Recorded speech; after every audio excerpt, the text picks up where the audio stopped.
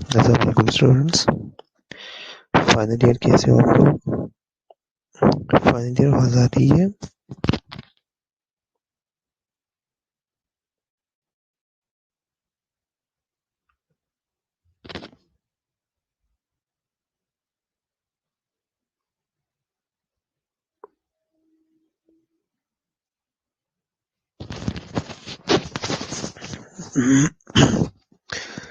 कल से हम ट्रॉमा इन इट्स मैनेजमेंट पढ़ रही है, ठीक है। ट्रॉमा के बारे में हमने थोड़ा बहुत कल डिस्कस किया था, कुछ जनरल टर्म्स, इसके अलावा जो है उसकी टाइप्स वगैरह कुछ वो डिस्कस किए थे। सो फ्लूइड मैनेजमेंट जो वो हम कल डिस्कस कर रहे थे कि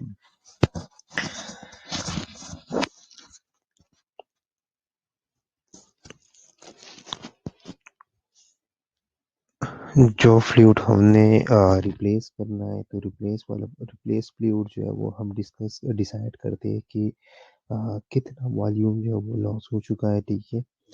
इसके अलावा हम ये देखते हैं कि सॉल्यूट जो है उसकी कंसंट्रेशन कितनी थी और कितनी है, ठीक है। और इसके अलावा हम ये देखते हैं कि इलेक्ट्रोलाइट कौन सा जो है वो रिप्लेस होना है, ठीक है। फ्लूइड मैनेजमेंट में कौन कौन सी चीज़ें जो हमने फ्लूइड डिसाइड करना है कि हमने जो है वो रिप्लेस करना है, वो किन चीज़ों के ऊपर करना है? 3 चीज़ों के ऊपर हमने डिसाइड करना है, ठीक है। वॉल्यूम कितना लॉस हुआ है, इलेक्ट्रोलाइट्स कौन से वो लॉस हुए हैं, और किन इलेक्ट्रोलाइट्स को हमने जो है वो रिप्लेस करना है, और सॉल्यूट का मकदार क्या है। सॉल्यूट और सॉल्वेंट है ना, सॉल्यूट का मकदार क्या है। सॉल्वेंट की बात नहीं हो रही, सॉल्यूट की बात हो रही है। सॉल्यूट का क्या मकदार है। तो 3 चीजें कौन कौन सी? Volume, loss volume, concentration of solute in electrolyte need to be replaced, ठीक है। डिफरेंट टाइप या मुख्तलिफ किस्म की फ्लूइड जो है वो हम रिप्लेस करते हैं। क्रिस्टलाइट, सबसे पहले क्रिस्टलाइट्स की बात करते हैं। तो क्रिस्टलाइट्स में सबसे पहले जो है वो 3 तरह की फ्लूइड्स आती हैं, आइसोटोनिक, हाइपरटोनिक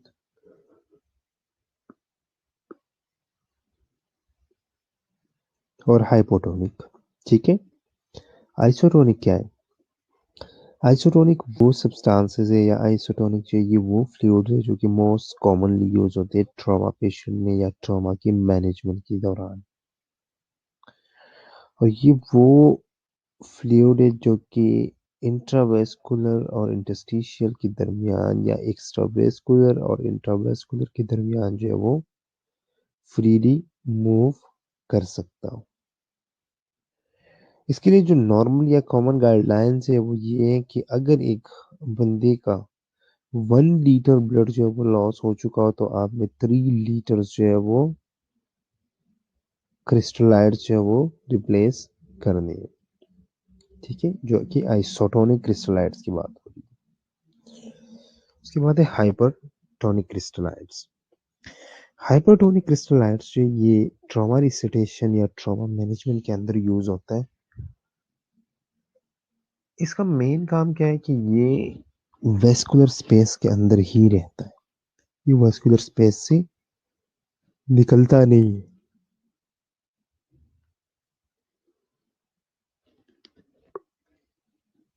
एक तो ये वेस्कुलर स्पेस के अंदर रहता है, दूसरा क्या है? दूसरा ये है कि जो सराउंडिंग टिश्यूज है, जो सराउंडिंग एक्स्ट्रावेस्कुलर स्पेस है, उसके अंदर जितना वाटर है ना, वो अपनी तरफ खींच लेता है, वो अपनी तरफ खींच लेता है। और जो प्लाज्मा है, जो इंट्रावेस्कुलर वॉल्यूम है, उसे इंक्रीज कर देता है रैपिडली, कम अमाउंट में जो है ये रैपिडली जो है वो इंक्रीज कर देता है। जब ये इंक्रीज करता है वॉल्यूम को तो मीन आर्टीरियल प्रेशर जो है वो भी ऊपर चला जाता है, कार्डियक आउटपुट जो है वो भी बेहतर हो जाता है। ठीक है, इसीलिए ये फ्लूइड जब हम देंगे तो इस फ्लूइड से जल्दी या रैपिड हमारा जो ब्लड वॉल्यूम है वो रिस्टोर हो सकता है। इसके अलावा हाइपोटोनिक सॉल्यूशन है जो कि फ्लूइड मैनेजमेंट में हम ज़्यादातर यूज़ नहीं करते। उसकी क्या खासियत होती है? उसकी खासियत ये होती है कि वो टोनिसिटी उसकी जो है वो कम होती है आपकी ब्लड ऑस्मोलैरिटी से। तो वो आपकी इंट्रावेस्कुलर से फ्लूइड जो है वो बाहर निकालता है। ठीक है, तो ये 3 तरह की फ्लूइड्स होते हैं। यहाँ तक किसी बच्चे का कोई क्वेश्चन?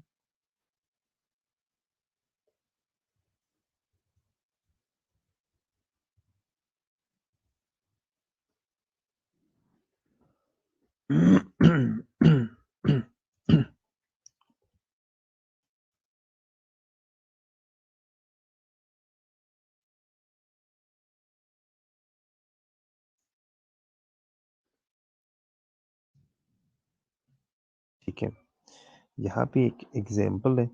ठीक है, ये एग्जांपल एक दफ़ा देख लो। आइसोटोनिक कौन सी है, हाइपोटोनिक कौन सा है, ठीक है, हाइपरटोनिक कौन सा है।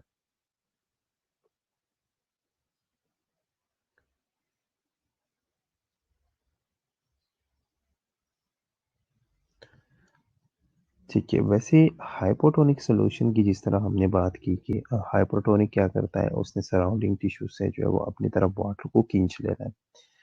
उसकी बिल्कुल उल्टा हाइपोटोनिक चलता है। अब हाइपोटोनिक हम कब देते हैं? जब सराउंडिंग टिश्यूज में या एक्स्ट्रा वेस्कुलर स्पेस में सॉल्यूट का मकदार इंक्रीज, जब उधर सॉल्यूट का मकदार ज़्यादा हो, सॉल्वेंट की ज़रूरत हो, तो हम हाइपोटोनिक सोल्यूशन लगा लेते हैं। अब इन हाइपोटोनिक सोल्यूशन का काम क्या है? जो एक्स्ट्रा वेस्कुलर जो एक्स्ट्रा सेलुलर स्पेस है, एक्स्ट्रा सेलुलर स्पेस से जो है वो सेल्स के अंदर वाटर मूव करना शुरू कर जाएगा। ठीक है, एक्स्ट्रा वेस्कुलर से एक्स्ट्रा वेस्कुलर एक्स्ट्रा सेलुलर से सेल्स के अंदर जो है वो फ्लूइड जाना शुरू हो जाएगा। ठीक है, अब इनकी अलग अलग सबकी जो है वो एक एक एग्जांपल इन्होंने दिया हुआ है कि आइसोटोनिक का एग्जांपल क्या है। आइसोटोनिक का एग्जांपल जो है वो 0.9 नॉर्मल सलाइन है। अब अगर इसको हम कम कर लेते हैं, 0.45 नॉर्मल सलाइन जो है वो हम लगाते हैं, 0.45% नॉर्मल सलाइन हम लगा लेते हैं, तो 0.45% नॉर्मल सलाइन जो है वो क्या है? वो हाइपोटोनिक सोल्यूशन है। ठीक है, आइसोटोनिक सोल्यूशन इसमें जो है वो 0.9 नॉर्मल सलाइन है। हाइपोटोनिक सोल्यूशन जो है वो 5% डिक्सट्रोज इन वाटर है। और हाइपरटोनिक जो क्या है, जो 0.9% से इंक्रीज होगा वो क्या होगा? वो हाइपरटोनिक सोल्यूशन होगा। ठीक है, आइसोटोनिक की टोनिसिटी देख लो तो उनकी ह्यूमन बॉडी के हिसाब से जो टोनिसिटी बिल्कुल सेम है। और अफेक्ट क्या है? Cause minimal shift between intracellular and extracellular space. Extra और इंट्रासेलुलर स्पेस के दरमियान ये शिफ्टिंग बहुत कम, इसकी बहुत कम शिफ्टिंग होती है। हाइपोटोनिक देख लो, hypotonic less than that of the body. इसकी टोनिसिटी जो है वो इंसान की बॉडी की फ्लूइड्स के हिसाब से इसकी टोनिसिटी जो है वो कम होती है। In full fluid enter into it extra cellular space. और इसने क्या करना है? इसने फ्लूइड को एक्स्ट्रा सेलुलर स्पेस के अंदर लेके आना है, पुल करना है इसने।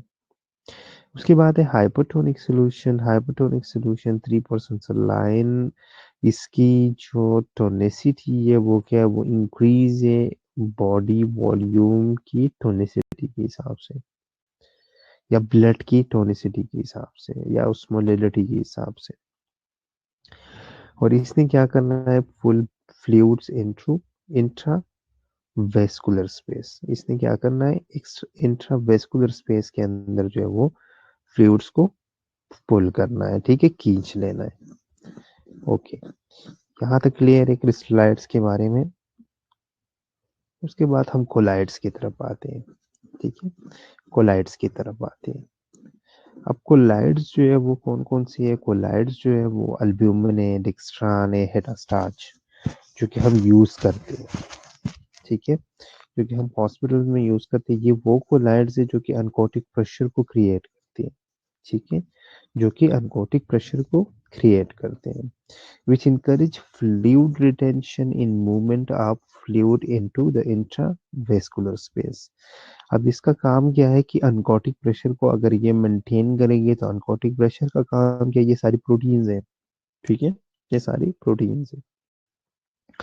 अब जब अनकोटिक प्रेशर जो है वो क्रिएट होगा, अनकोटिक प्रेशर जो है वो मेंटेन रहेगा, तो फ्लूइड जो है वो इंट्रावेस्कुलर के अंदर रहेगा, ठीक है।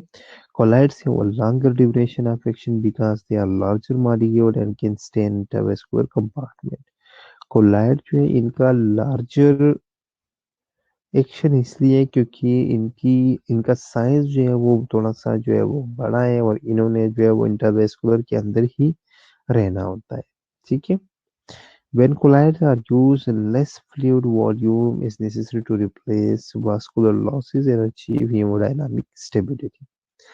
जब कोलाइड्स लॉस हो जाए, तो कोलाइड्स लॉस होने के बाद हम जो है वो थोड़ी मिकदार में अगर कोलाइड्स जो है वो रिप्लेस कर ले या फ्लूइड रिप्लेस कर ले, तो बॉडी जो है वो नॉर्मलाइज हो जाती है। अब जो कोलाइड्स हम हॉस्पिटल में बहुत ज्यादा यूज करते हैं, ठीक है, वो क्या है, वो एक कॉमन कोलाइड जो कि हॉस्पिटल साइड पे यूज होता है, वो क्या है, ब्लड प्रोडक्ट के अलावा एक कोलाइड है जो कि हम हॉस्पिटल साइड पे बहुत ज्यादा यूज करते हैं।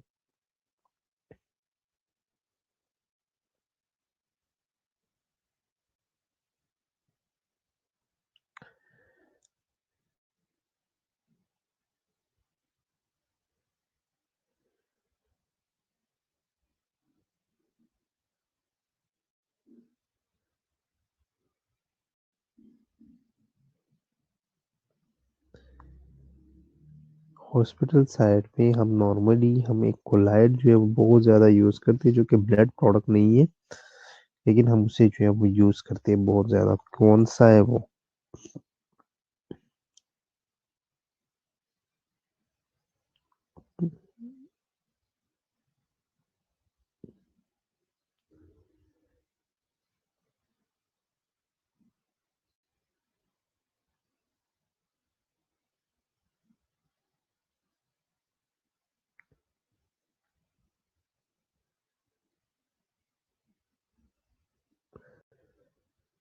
नहीं पता, कल परसों हमने डिस्कस किया था,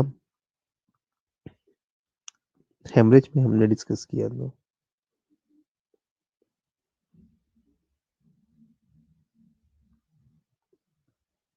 और मैंने ये बताया भी था कि 500 ml का आता है।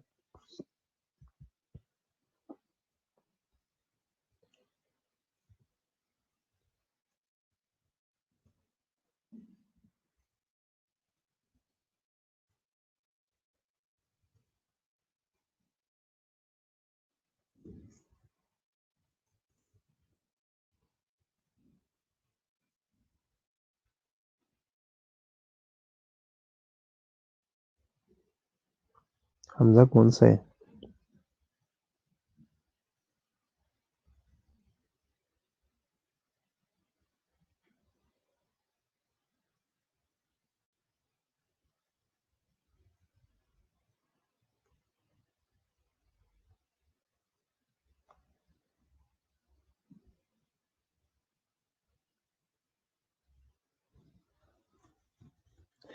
चलो मैं बैठ करूंगा इसके आंसर को कि कौन आंसर करता है। मैंने ये हमने डिस्कस किया था 2-3 दिन पहले, हमने डिस्कस 2-3 लेक्चर पहले हमने डिस्कस किया था हेमरेज मैनेजमेंट में, ठीक है। ओके, फिर ब्लड प्रोडक्ट्स की तरफ आती है। Although there are some concern about blood borne pathogen in transfusion reaction, blood products or an excellent resuscitation fluid, make red cells, increase oxygen carrying capacity, and allow the volume expansion, and are the mainstay of treatment for trauma patient in hemorrhage.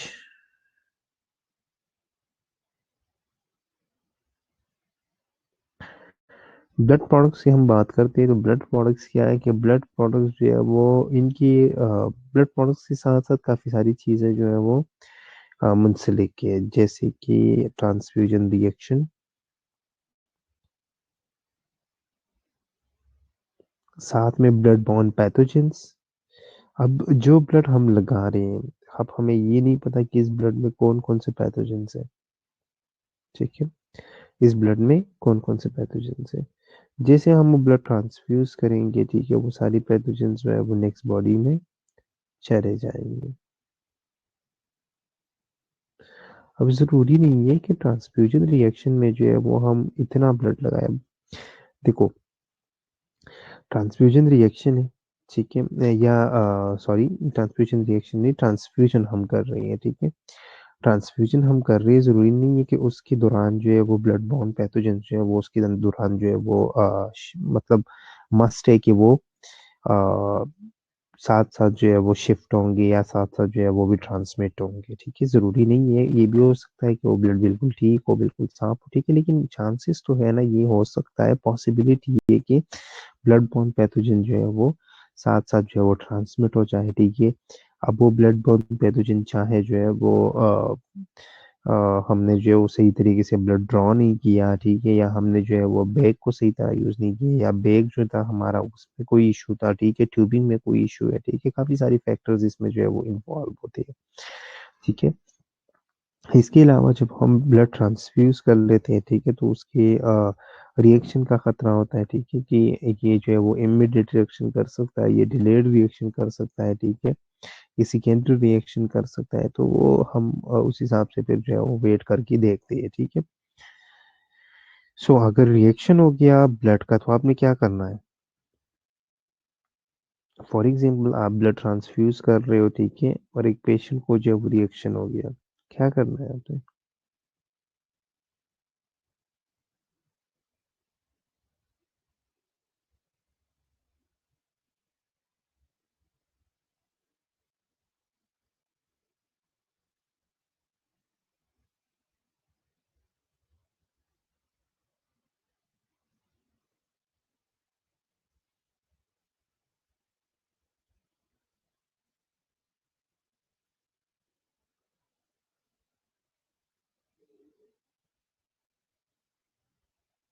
ठीक है, immediate stop,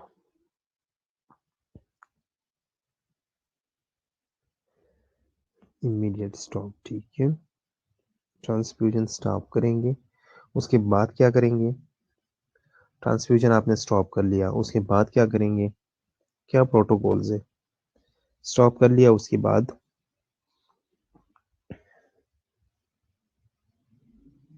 किस किस ने transfusion होते हुए जो है वो देखा है।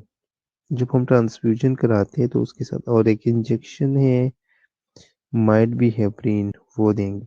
हेपरिन क्यों देंगे, हेपरिन क्यों देंगे। सबसे बड़ी बात तो ये है कि हेपरिन है क्या, जो आप लोग कह रहे हो कि हेपरिन देंगे, हेपरिन है क्या।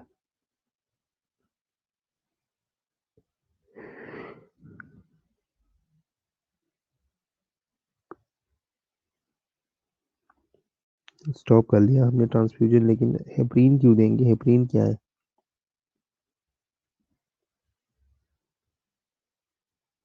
एंटीकोएगुलेंट है, ठीक है, एंटीकोएगुलेंट है। अच्छा, नहीं देखा आप लोगों ने, ठीक है, एंटीकोएगुलेंट, एंटीकोएगुलेंट है तो हम नहीं दे सकते हैं ना। ओहो, क्या हो गया, क्यों देंगे, क्यों सारे गलत आंसर की तरफ जा रहे हो। एंटीकोएगुलेंट तो हम नहीं देंगे, एंटीकोएगुलेंट देने का क्या फायदा। उधर ट्रांसफ्यूजन रिएक्शन हुआ है और आप साथ में जो है वो कह रहे हो कि हम एंटीकोगुलेंट देंगे। स्टाफ ने क्या बताया था कि रिएक्शन हो गया तो हम एंटीकोगुलेंट देंगे। क्यों देंगे भाई, रीजन क्या है?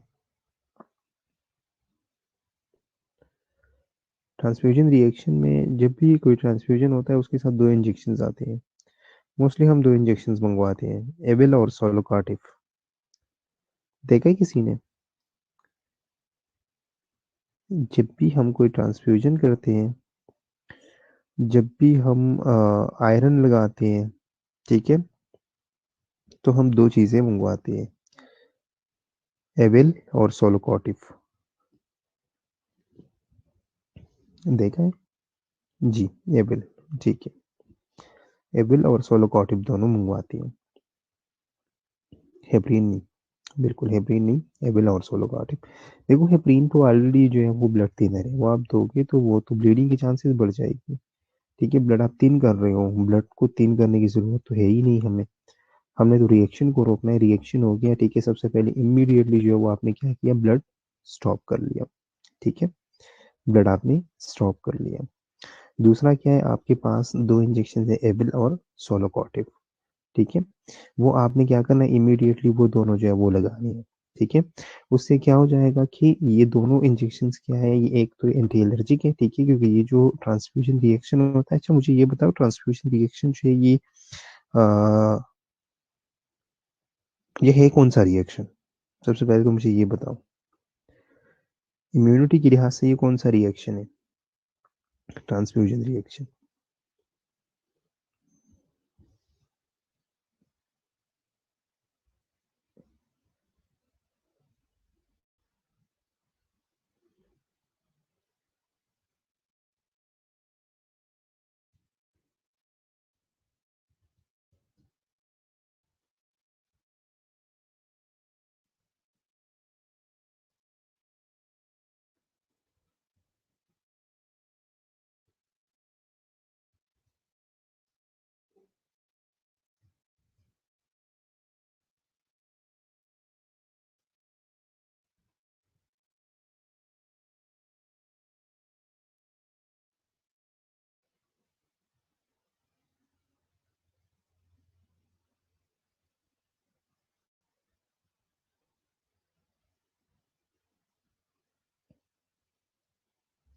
हाइपर सेंसिटिविटी रिएक्शन से, बिल्कुल, very good, hyper sensitivity reaction.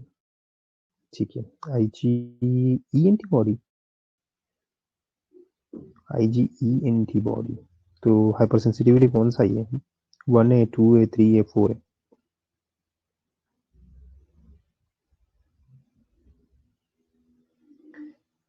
कौन सी हाइपर सेंसिटिविटी है, 1 है, 2 है, 3 है, 4 है?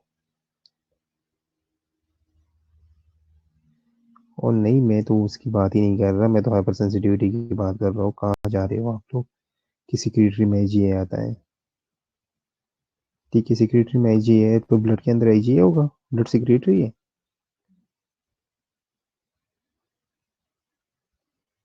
ब्लड सिक्रेटरी तो नहीं है, सिक्रेशन में आईजीए आता है। तो सिक्रेशंस क्या है, सिक्रेशंस तो सिर्फ, गलत साइड पे जा रहे हो आप लोग।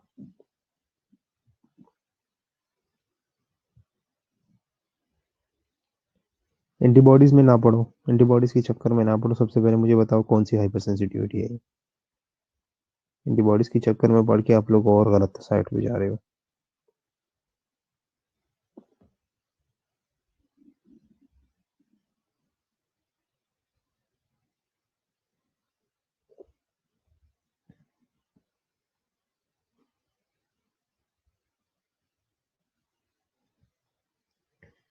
सिक्रेटरी में बिल्कुल आईजीए होता है, लेकिन सिक्रेटरी ये तो नहीं है ना, ब्लड सिक्रेटरी तो नहीं है। जो हम कहते हैं ना सिक्रेशंस में आईजीए होता है, तो किन सिक्रेशंस की बात होती है वो?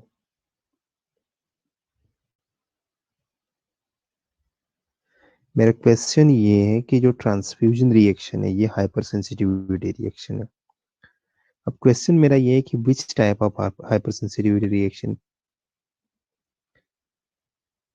Transfusion reaction is what type of hypersensitivity reaction?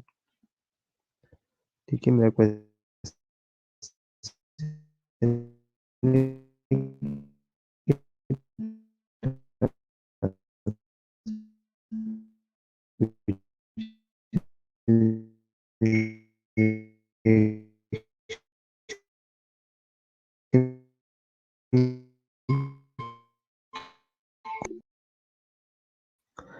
Good, good question, answer आपका ठीक है। अब बाकी बच्चे क्या कह रहे हैं कि कुछ type of hyper sensitivity reaction, type 2 hyper sensitivity reaction है ये, ठीक है।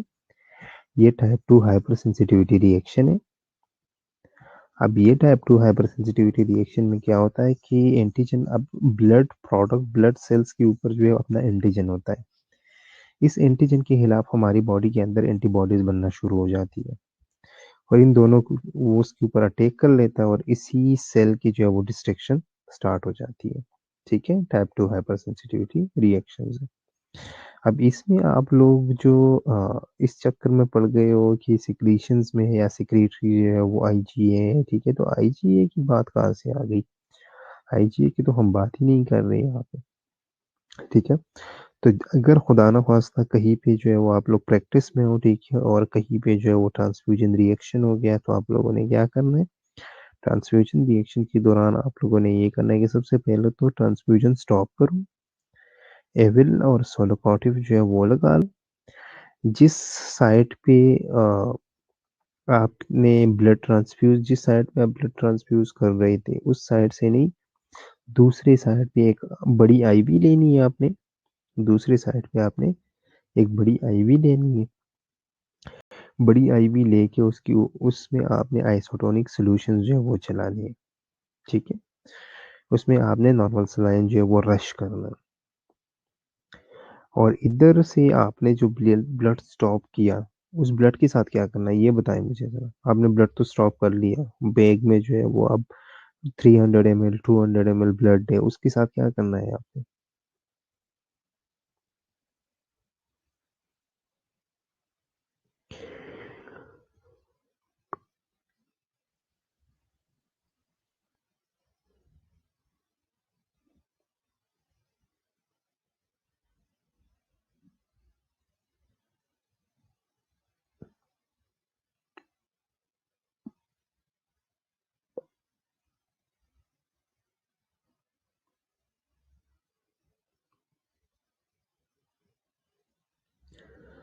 वेस्ट, ठीक है, क्रॉस मैच, रिजेक्ट, ठीक है, और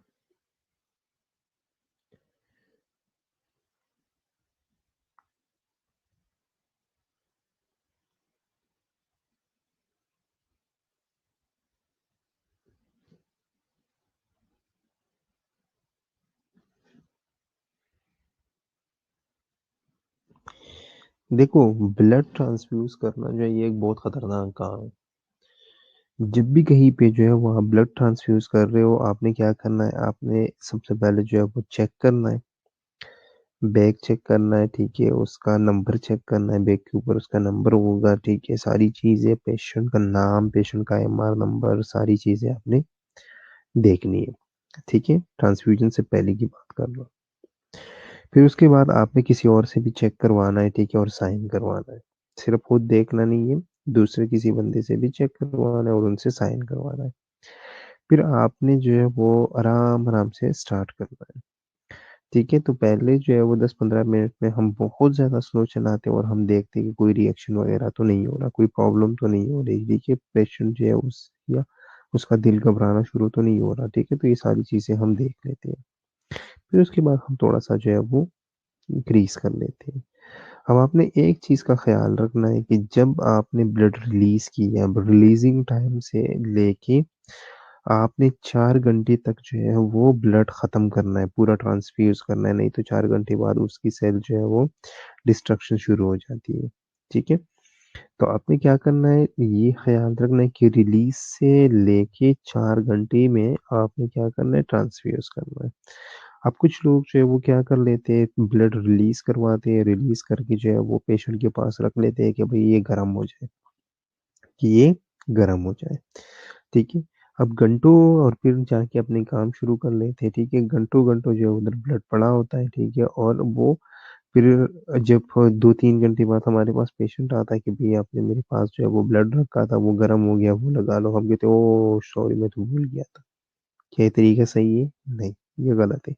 क्योंकि फिर आपको वो ब्लड जो है वो 1 घंटे में जो है वो लगाना पड़ेगा। आपने रिलीज़ कर लिया, आप ले आए, ठीक है, आप उसके पास रख के चले गए हो, ठीक है, ताकि ये गर्म हो जाए थोड़ा, गर्म नहीं बल्कि नॉर्मलाइज़ हो जाए थोड़ा-सा।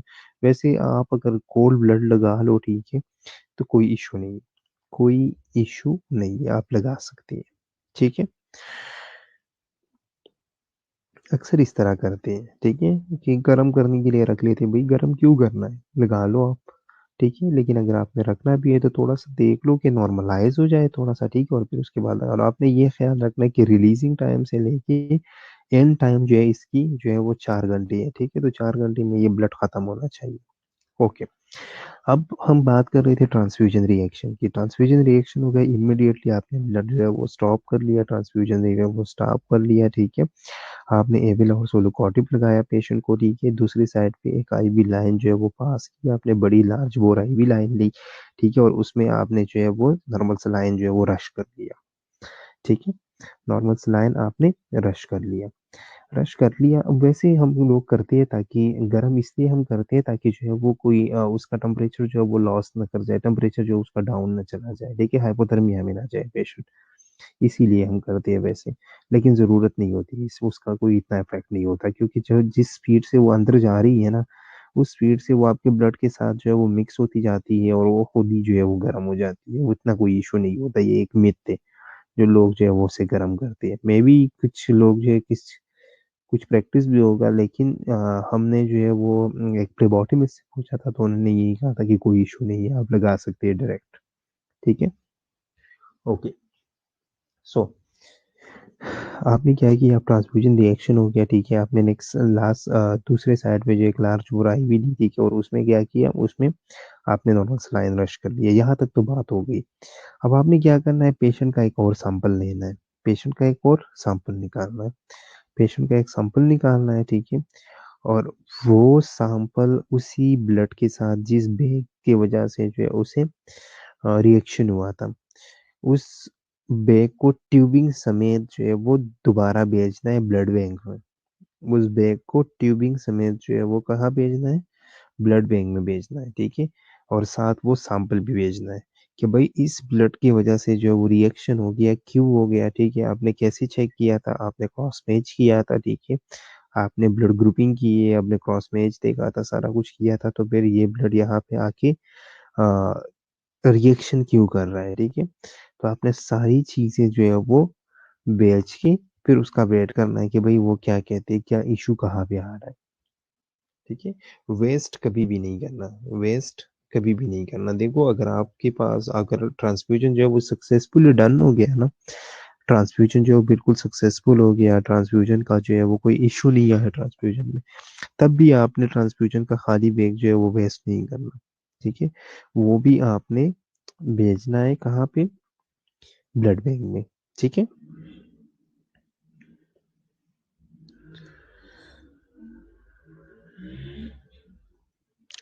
Okay, so blood product are an excellent resuscitation fluids, ठीक है? ब्लड प्रोडक्ट्स जितनी भी है वो रिसैसिटेशन फ्लूइड की क्या है, वो एक रिसैसिटेशन के लिए सबसे बेस्ट है।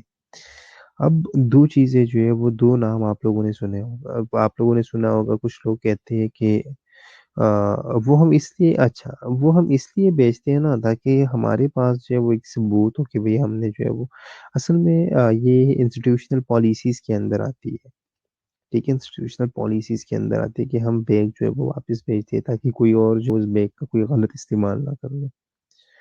उसमें कोई और जो है वो कोई ब्लड वगैरह ना डाले, कोई और चीज़ ना कर ले इस वजह से, ठीक है? क्योंकि उससे बहुत ज़्यादा इन्फेक्शन के चांसेस होते हैं, क्योंकि एक इंसान का खून है ना, इन्फेक्शन का गढ़ तो खून ही है ना, इन्फेक्शन का गढ़ तो ब्लड ही है ना, ब्लड जो है वो क्या है? वो एक फेवरेबल सोर्स है बैक्टीरियाज़ के लिए, फेवरेबल सोर्स है ऑर्गेनिज़म्स के लिए। तो हम जो है उसे ब्लड बैंक में भेज देते हैं सिर्फ इस कंफर्मेशन के लिए कि भाई चीज़ जो है वो आप लोगों के पास वापस आ गई है, ठीक है। तो आप कहीं पे अगर गलत यूज़ हुआ, जो भी हुआ, तो आप लोगों की जिम्मेदारी वो आप लोगों के पास है। आप लोग, मैं जो है उसे डिस्कार्ड नहीं कर रहा, ठीक है। मैंने डिस्कार्ड नहीं किया, मैंने आप लोग को वापस भेजा। सो आप लोगों ने सुना होगा, कुछ लोग कहते हैं कि भाई इस बंदे को पैक सेल्स लगी है, ठीक है। आप लोग ड्यूटीज करते हो, ड्यूटीज में इतना तो पता होता है, ठीक है, इतना बंदा सुन लेता है। कुछ लोग कहते हैं इस बंदे को पैक सेल्स लगी है, कुछ लोग कहते हैं इस बंदे को होल ब्लड लगा है। So what is the difference between whole blood and pack cells? Pack cells में और होल ब्लड में क्या फर्क है?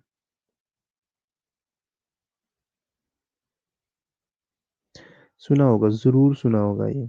आप लोग ड्यूटीज करते हो, 3 साल आप लोगों ने ड्यूटीज की है हॉस्पिटल्स में। तो सिर्फ इस हॉस्पिटल में, आई थिंक सिर्फ इस हॉस्पिटल में ड्यूटी की है। आप लोग तो खैर बाहर नहीं गए, चलो। सिर्फ इस हॉस्पिटल में आप लोगों ने ड्यूटी की है। तो आप लोगों ने सुना होगा, ठीक है, कुछ पेशेंट्स को हम पैक सेल्स लगाते हैं, कुछ पेशेंट्स को जो है वो हम कहते हैं हम इन्हें होल ब्लड लगाते हैं, ठीक है। तो होल ब्लड और पैक सेल्स में क्या फर्क है, या दोनों सेम है?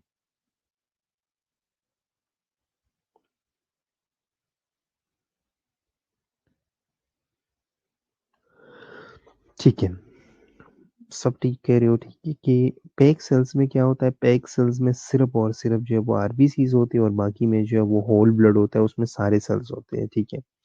अब हम होल ब्लड क्यों नहीं लगाते, ठीक है, पैक सेल्स क्यों लगाते हैं? फिर तो अच्छी बात है ना, हम हर बंदे को होल ब्लड लगाए।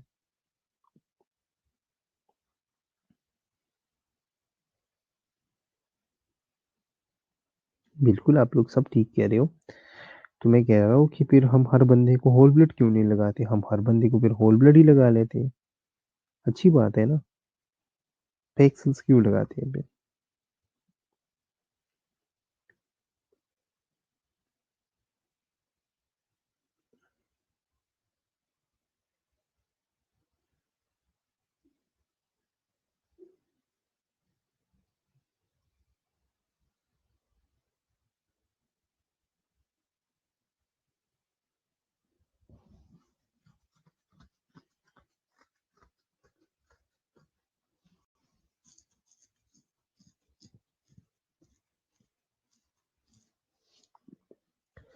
एक में WBC ब्लड टेस्ट पूरी है, ठीक है, वो तो बात हो खत्म हो गई ना। ठीक है, ठीक है, अच्छा। नहीं, एक में WBC प्लेटलेट्स पूरी हो तो एनीमिया के पेशेंट को आरबीसी से लगेंगे, ठीक है, वेरी गुड। मैं भी सर्चेस आरबीसी, बिल्कुल वेरी गुड। कुछ पेशेंट्स हमारे पास ऐसे आते हैं, बिल्कुल ठीक है, आप बिल्कुल ठीक कह रही है। कुछ पेशेंट्स हमारे पास ऐसे आते हैं जिनको सिर्फ और सिर्फ आरबीसी की जरूरत होती है, उनकी बाकी चीजें कंप्लीट होती है, पूरी होती है, ठीक है। या हम अक्सर ये देखते हैं कि कुछ लोग ऐसे होते हैं जिनकी आरबीसीज कम होती है, या हीमोग्लोबिन का लेवल कम होता है, ठीक है। सिर्फ और सिर्फ हमने हीमोग्लोबिन का लेवल बढ़ाना है, बाकी सारी चीजें ठीक है, तो हम सिर्फ पेग सेल्स लगा देते हैं। जब हमने सिर्फ और सिर्फ एचबी को इम्प्रूव करना हो ना, बाकी चीजें ठीक हो, तो हम आरबीसीज लगाते हैं, हम पेग सेल्स लगाते हैं, ठीक है। ताकि पेशेंट जो है वो ओवरलोड में ना चला जाए, पेशेंट जो है वो ओवरलोड में ना चला जाए, ठीक है। पैक्सेस लगाने का मेन मकसद क्या होता है कि आपकी एचपी जो है वो इम्प्रूव हो जाए, और पेशेंट ओवरलोड से भी बच जाए। क्योंकि अगर पेशेंट ओवरलोड में जाएगा तो कार्डियक ओवरलोड होगा, कार्डियक के ऊपर ओवरलोड आएगा, ठीक है, और उसकी वजह वजह से जो है वो काफ़ी सारी प्रॉब्लम्स हो सकती हैं, ठीक है।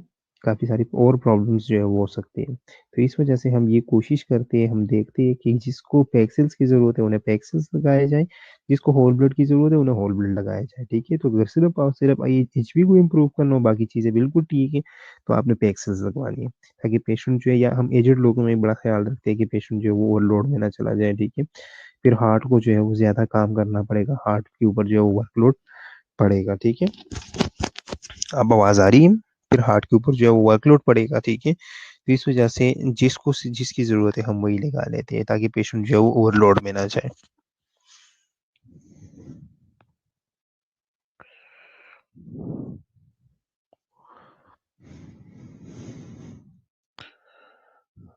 ठीक है, यहाँ तक काफी है आई थिंक।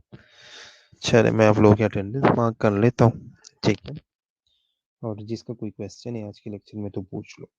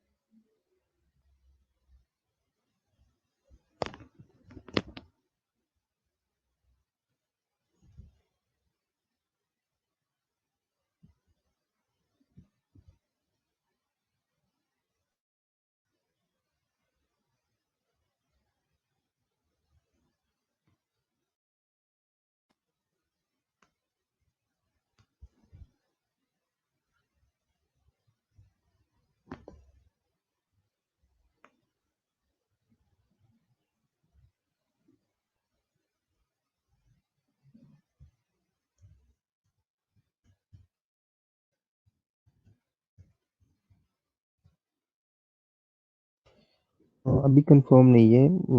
मैं तो खैर अभी घर पे हूँ। जाऊंगा तो पता चलेगा। कल शायद मैं जाऊँ कॉलेज, तो कल फिर पता चलेगा कि फर्स्ट को ओपन होने या नहीं होने। अल्लाह करे हो जाए ओपन। हम भी दुआ करेंगे कि कॉलेजेस जो है वो ओपन हो जाए, आप लोग भी कर दे, अच्छी बात है। ओपन हो जाए तो अच्छी बात है।